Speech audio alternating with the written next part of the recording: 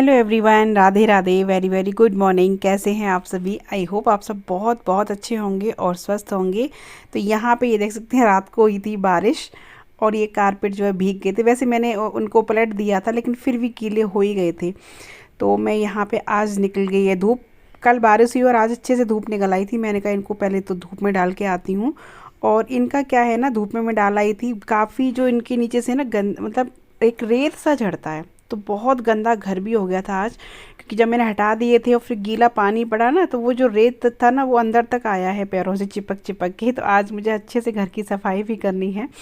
तो यहाँ बस सब लोग उठ गए हैं और पहली चाय हम लोगों की हो गई थी। पहली चाय में देखिए, सबसे पहले मैं किचन को साफ से, किचन साफ तो मेरा रात में हो जाता है, लेकिन किचन में झाड़ू लगा के तभी मैं पहली चाय बनाती हूँ। चाय पी करके फिर मैं अपने घर के बाकी काम में करती हूँ।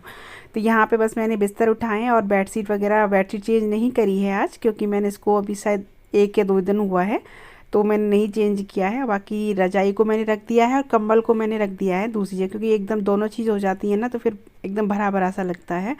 तो यहाँ पे ये जो कपड़े हैं ये ऐसे हैं, जो धुलने के वो मैंने अलग कर दिए हैं, जो नहीं धुलने के थे वो मैंने एक अलमारी में रख दिए हैं। जैसे बच्चे थोड़ी थोड़ी पहन लेते हैं स्वेटर वगैरह, रोज़ रोज़ नहीं धुले जाते हैं स्वेटर। अब यहाँ पे डस्टिंग चल रही है, तो ड्रेसिंग टेबल और जैसे मेरा पर्स वो टंगा हुआ था यहीं, तो इसको मैं सेफ में टांग दूँगी। और ड्रेसिंग टेबल, अलमारी, इसको डेली की डेली मैं साफ़ करती हूँ, यानी डस्टिंग डेली की डेली करती हूँ, नहीं तो कितना भी कर लो धूल हो ही जाती है। तो बस ये कर दे रही हूँ। टीवी वगैरह, यहाँ पे ये जो कपड़े हैं ना, मैं कल आगरा गई थी तो शॉल वगैरह मैंने निकाली थी, स्वेटर निकाला था, तो वो मैंने पॉलीथीन में अलग रखती हूँ उन कपड़ों को, गर्म को, तो वो मैंने सेफ में ही रख दिया है। यहाँ इनके जो प्रेस के कपड़े थे वो भी यहीं पड़े थे, जो मैंने उस दिन करी थी, तो वो भी कपड़े मैंने सेफ में लगाए हैं। और बाकी जो कपड़े हैं ना, बच्चे फैला ही देते हैं कितना भी। ये चीज़ है ना, ऐसी होती हैं कि डेली के डेली बच्चे कर देते हैं, फैला देते हैं। तो बस मैं वही कर रही हूँ। और आज मैं आपको बताऊँगी कि देखिए किस तरह से हम छोटी छोटी बचत करके, किस तरीके से अपनी एक छोटी छोटी चीज़ों पे हम अपना मतलब फालतू पैसा ना लगा के हम पैसा बचा सकते हैं। वो मैं कैसे करती हूँ, तो मैं छोटी छोटी चीज़ों पे आपको बताऊँगी। क्योंकि बहुत ज़्यादा तो देखिए जो ज़रूरत होती है वो तो करना ही चाहिए, लेकिन कोई कोई चीज़ें ऐसी भी होती हैं जहाँ हम बचत कर सकते हैं लेकिन नहीं करना चाहते हैं। तो यहाँ मैं वो करती हूँ, सच बताऊँ आपको, मैं वो करती हूँ। आप चाहे ये कहो कि ये कोई वो नहीं है, बहुत से लोग सोचेंगे भी कि क्या छोटी मोटी चीज़ें, लेकिन हाँ, कभी कभी छोटी छोटी चीज़ें ही ना बचत करके ही हम एक, जो कहते हैं ना, एक कहावत होती है, बूंद बूंद से सागर भरता है, तो वो वाली कहावत है। तो मैं आज आपको वही बताऊंगी कि 1 2 3 चीज़ें ऐसी हैं जो मैं करती हूँ, जो अपनी डेली लाइफ में हम लोग यूज़ करते हैं, वो चीज़ें आपको मैं बताऊंगी आज। तो यहाँ देखिए मैंने झाड़ू लगा दी है, बड़ी कड़ाई से मैं झाड़ू लगा रही हूँ, क्योंकि रेत जम गया है। एक तो बारिश पड़ गई थी ना, तो उससे एकदम जम गया है, तो अच्छे से साफ़ कर रही हूँ मैं यहाँ पे। तो एक तो देखिए ऐसी ये चीज़ें होती हैं छोटी छोटी, जैसे सबसे बड़ी बात तो ये होती है कि जैसे हम कोई खाने की चीज़ बनाते हैं, तो जितना हम मार्केट से कोई चीज़ बन लेके आते हैं खाने की, वैसे मैं ज़्यादा से ज़्यादा अवॉइड करती हूँ बाहर के खाने को। मैं घर में ही सब कुछ बनाने की कोशिश करती हूँ अपने बच्चों के लिए। सबसे पहली बात तो ये होती है कि वो देखिए शुद्ध होती हैं चीज़ें। दूसरी बात, जितने पैसे में वो चीज़ बाहर से आप लाएंगे ना, उतने पैसे में अगर आप घर बनाएंगे तो घर में सारे लोग खा लेंगे उस चीज़ को। तो वो भी है। अब जैसे मैंने यहाँ फ़िनाइल डाला, तो ये मैंने अभी कुछ दिन पहले मैंने आपके साथ शेयर किया था कि मैंने 20 रुपये की डिब्बी ली, इससे मेरा 2 लीटर फ़िनाइल बन गया है। 20 रुपये की डिब्बी में 2 लीटर फ़िनाइल बन गया, ये काफ़ी दिन चलेगा। दूसरा था, जैसे कि अब पोछा होता है, तो मैंने देखा है बहुत से लोग पोछा मार्केट से लेके आते हैं, जो वो होता है ना, वैसा जो मॉप वाला, वो तो अलग ही हो गया, लेकिन जो कपड़ा होता है वो भी आप मार्केट से लेके आते हैं। लेकिन मैं इन चीज़ों में, आप अवॉइड कर सकते हो इनको, घर में इतने सारे कपड़े पुराने पड़े होते हैं, तो उनसे आप पोछा लगाइए। तो यहाँ छोटी छोटी चीज़ें बचत कर जाती हैं। तो ये चीज़ों को मैं कभी मार्केट से नहीं लाती, जैसे कि पोछा हो गया। पोछे में देखिए घर में इतने सारे कपड़े पुराने पड़े होते हैं, उनको फेंका भी नहीं जाता है, ऐसे भी कपड़े होते हैं बड़े सॉफ्ट, और इतना साफ पोछा लगता है ना। और जो मार्केट से लाते हो ना, वो फटते ही नज़र आते हैं, मतलब कुछ दिन के बाद वो तुरंत ऐसा लगता है कि फटने लगे। क्योंकि मैं एक बार लाई थी, काफ़ी तो महंगा आया था, और काफ़ी मतलब क्या, मतलब महंगा आया था। अब ये चीज़ें बेकार ही तो हैं, घर में पुराने कपड़े इतने सारे होते हैं, उनका करना ही क्या है। तो यहाँ पे बस मैं, एक तो ये चीज़ हमेशा मैं घर के पुराने कपड़ों से ही पोंछा लगाती हूँ, और काफ़ी अच्छा भी लगता है। और यहाँ क्या हुआ था अभी, मतलब पोंछा लगाते लगाते मेरा पोंछा टूट गया, यानी मेरा वाइपर टूट गया। तो अभी मैंने उसको भी जुगाड़ लगा के यहाँ पे सही कर लिया था। अभी देखना अभी टूट जाएगा, यहाँ के बाद ये टूट ही गया था, मतलब हिल रहा था। मैं कह रही थी क्या चक्कर है, लग नहीं रहा पोंछा अच्छे से। तो देखिए यहाँ पे टूट गया, मैंने उसको अलग रख दिया है। मैं यहाँ हाथ से ही लगा रही हूँ। फिर थोड़ी देर बाद मैंने इसको खुद से ठीक कर लिया था। मैंने कहा चलो काम चल जाएगा अभी थोड़ा बहुत, क्योंकि एकदम ऐसा नहीं कि अर्जेंट ही मैं उसको करूँ। तो मैंने इसको निकाल के एक कपड़ा जैसा लगा के और इसको ठोंक लिया था, तो वो सही हो गया था। और जो पोंछे का पानी है ना फिनाइल का, वो चीज़ मैं इधर डाल दे रही हूँ, क्योंकि साफ मतलब ये एरिया मैं धो ही देती हूँ। बहुत काफ़ी रेत भी जमा हो गया था। इधर बाथरूम को भी मैं धुल दूँगी साथ के साथ में। और ये जो पानी मैंने फेंका है ना, और जो गैलरी वाला हिस्सा है वो सारा मैं धो दूँगी, क्योंकि बहुत ज़्यादा गंदा हो गया था धूल मिट्टी से। और वैसे भी मैं उतना हिस्सा धो ही देती हूँ। तो बस यहाँ बातों ही बातों में देखिए झाड़ू पोंछा सब हो गया। अब मैं जाऊँगी सीधा किचन में, क्योंकि अभी मुझे किचन में बनानी है चाय। क्योंकि दूध भी आपने देखा होगा, मम्मी दूध लेके आ गई थी। दूध भी गर्म हो गया है, मतलब दूध भी सॉरी आ गया है गर्म, तो मैं करूँगी। पहले यहाँ पे पोंछा लगा देती हूँ, और फिर पानी की जो वाइपर से पोंछ के ना, फिर मैं एक बार मैं कपड़े से भी लगाती हूँ, जिससे कि सूख जाए, मतलब पानी पानी सा न रहे।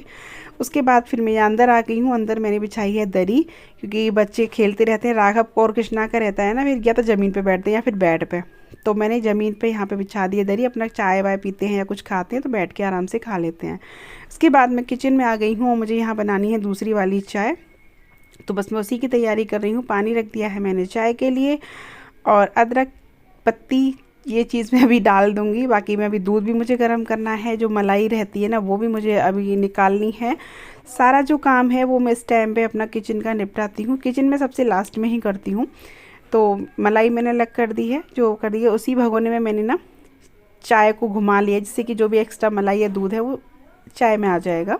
क्योंकि ये चीज़ें ना फेंकी नहीं जाती हैं, और ना ही आप दूध को कभी फेंकना चाहिए। तो वो वाली चीज़ होती है। या तो मैं कभी कभी आटा भी लगा लेती हूँ, जैसे मैंने आपके साथ एक बार शेयर भी किया था, आटा भी लगा लेती हूँ, या फिर चाय घुमा लेती हूँ जैसे चाय बन रही है तो।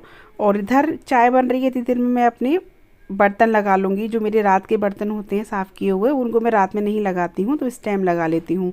तो यहाँ मैंने इस टाइम अपने बर्तन भी लगा लिए। उधर मेरी चाय भी बनती जा रही है। और ये देखिए, तो दूध भी अभी मैं साथ में साथ गर्म करके रख दूँगी। ये जो भगोना है ना मेरा, इसी में मैं दूध गर्म करती हूँ। क्योंकि कभी कभी ये रहता है कि हम जैसे किसी भी सब्ज़ी या कढ़ी बना लेते हैं, तो फिर थोड़ा सा डर रहता है फटने का। इसलिए दूध का भगोना में ज़्यादातर मेरा एक ही भगोना रहता है। तो इसी को मैं साफ़ कर लूँगी लगे हाथों। जो भी चाय के बर्तन, पहली चाय के जो बर्तन रह गए थे ना, गिलास कप वगैरह, क्योंकि हमारे यहाँ एक फ़िक्स है कि ये कप में यही पीते हैं, और ये कप में मतलब बाबा को पसंद है, और ये कप में बच्चों को पसंद है। इसलिए मैं दे के फिर दोबारा साफ़ कर ले रही हूँ बर्तन को साथ के साथ, क्योंकि मुझे चाय नहीं में देनी है। और यहाँ बस साथ के साथ में दूध भी गर्म करने रख जाऊँगी। इतनी देर में अपनी चाय पीऊँगी ना, तो मेरा दूध भी गर्म होता रहेगा। तो मैं दूध को बिल्कुल सिम गैस पर रख जाऊँगी, आधा ढक करके, जिससे कि मेरा टाइम वेस्ट नहीं होगा। यहाँ टाइम की बचत होगी मुझे। तो आप देख सकते हैं मेरी चाय बनी, इतनी देर में दूध भी गर्म कर दिया, मेरे बर्तन भी हो गए, और मैंने बर्तन लगा भी दिए थे, और मलाई वगैरह ये सब कर दिया। तो चाय भी बन गई यहाँ पे।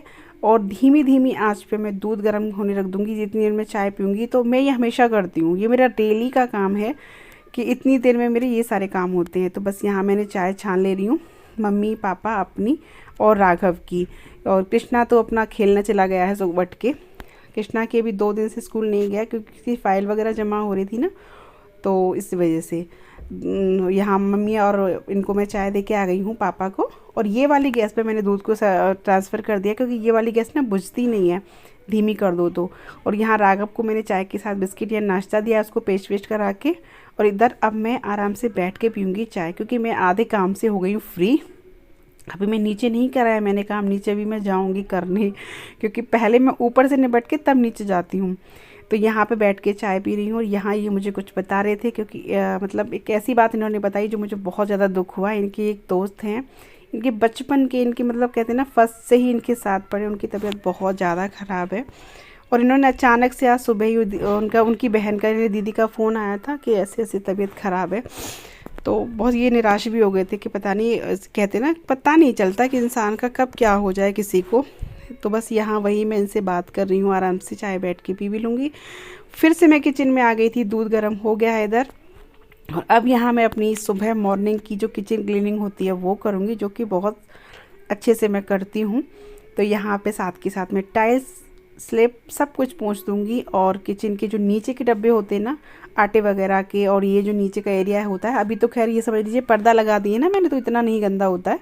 पर फिर भी मैं डेली के डेली इनको पोंछ भी देती हूँ, क्योंकि आप डेली के डेली इन चीज़ों को साफ़ कर देते हैं ना तो बहुत ज़्यादा गंदे नहीं होते हैं। तो बस जो भी अब किचन के कपड़े हैं वो मैं गर्म पानी में सर्फ डाल के गला दूंगी, इतनी देर में अपने गल लेंगे मैं और जो काम देखूंगी। और किचन टॉवल मैं कभी भी नहीं मार्केट से ख़रीदती हूँ। ये ऐसे जो होते हैं ना, जो हमारे यूपी में भात चुचक होते हैं उनमें काफ़ी चलती हैं, साफ़ी जो होती हैं वो जो अच्छी होती है वो हम यूज़ में ले लेते हैं। जो ऐसी होती है कि छोटी हैं या मतलब काम की नहीं है तो उनको मैं किचन में ही यूज़ करती हूँ हमेशा। इनमें मैं पैसा वेस्ट कभी नहीं करती हूँ। देखिए छोटी छोटी जो बचत होती है ना वही हमारी आगे बड़ा काम आती है। और बहुत से लोग ऐसे होते हैं भाई जिन पे नाप से ना पैसा है तो वो तो कैसे भी वेस्ट करें। मैं तो वेस्ट करना ही कहूँगी इन कुछ चीज़ों में जो हम मतलब टाल सकते हैं तो टालना चाहिए। अब जैसे देखिए पेट भरना है तो रोटी खानी है, रोटी या वो चूल्हे पे बने या रोटी गैस पे बने तो रोटी ही बननी चाहिए। बस ऐसा नहीं कि अब वो हमें गैस पे या उस पे तंदूर पे ही सिकेगी तभी हमारा पेट भरेगा, चूल्हे पे सिकने से भी पेट भर जाएगा। तो वही चीज़ है, मैं उसी में विश्वास रखती हूँ मैं कि काम चलता है तो चला लेना चाहिए, नहीं चलता है तो वहाँ तो खर्चा ज़रूरी है भाई, तो करना ही करना है। तो बस यहाँ पे मैंने किचन टॉवल को अपने को अच्छे से गर्म पानी में एक बार अच्छे से मीट दिया है, यानी फिर मेरी किचन हो गई है कंप्लीट। और नहा के अब आ गई हूँ मैं पूजा करने के लिए।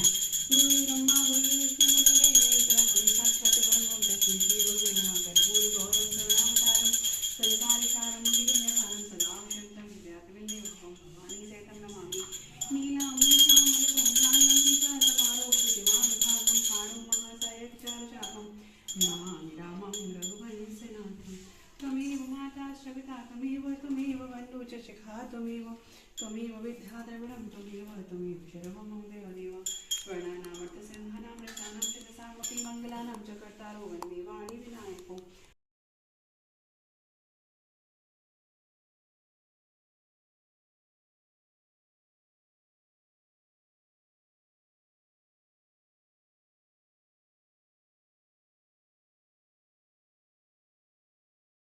तो चलिए भाई, काम पूजा पाठ सब कुछ हो गया और अब आती है पेट पूजा की बारी, क्योंकि इसके बिना तो काम भी नहीं कर सकते ना।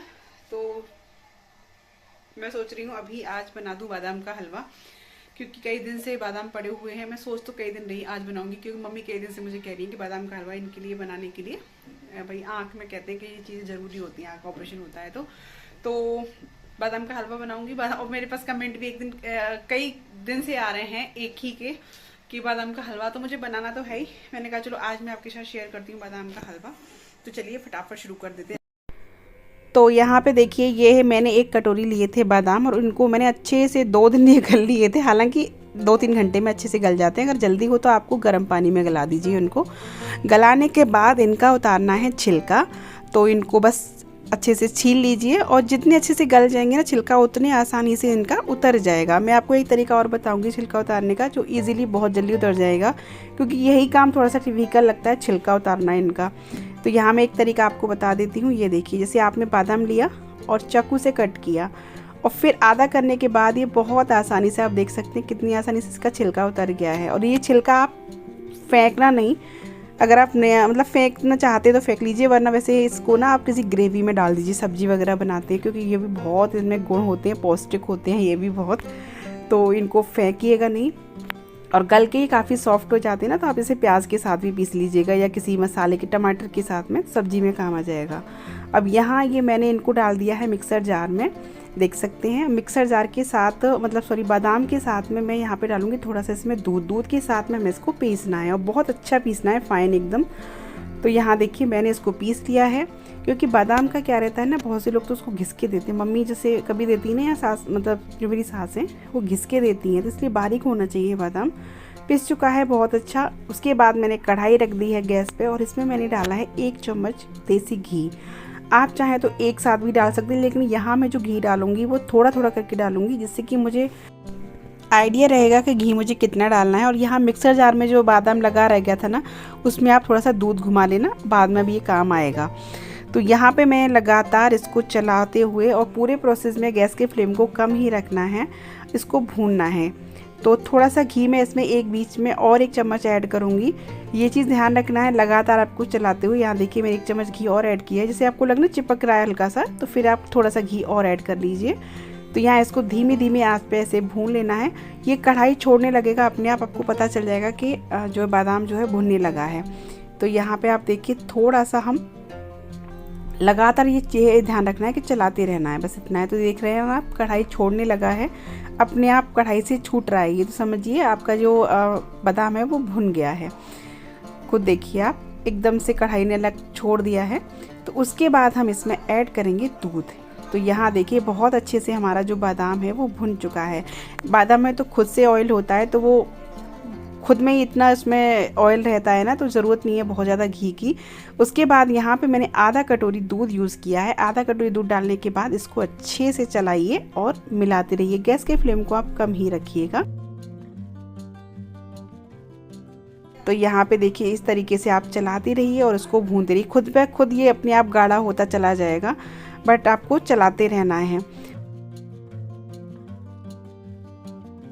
और आपको जैसे लग रहा है ना जैसे अब गाढ़ा होने पे आएगा, थोड़ा चिपकेगा, तो उस स्टेज पे आप थोड़ा सा घी और डाल दीजिए। जैसे कि आप देख सकते हैं गाढ़ा होने पे आ रहा है तो थोड़ा चिपकने लगा, मैंने थोड़ा सा घी और ऐड कर दिया है। अब यहाँ मैं भूल गई थी कैमरा ऑन करना, मैंने चीनी डाल दी थी, तो थोड़ा सा आपको डाल के दिखाया है।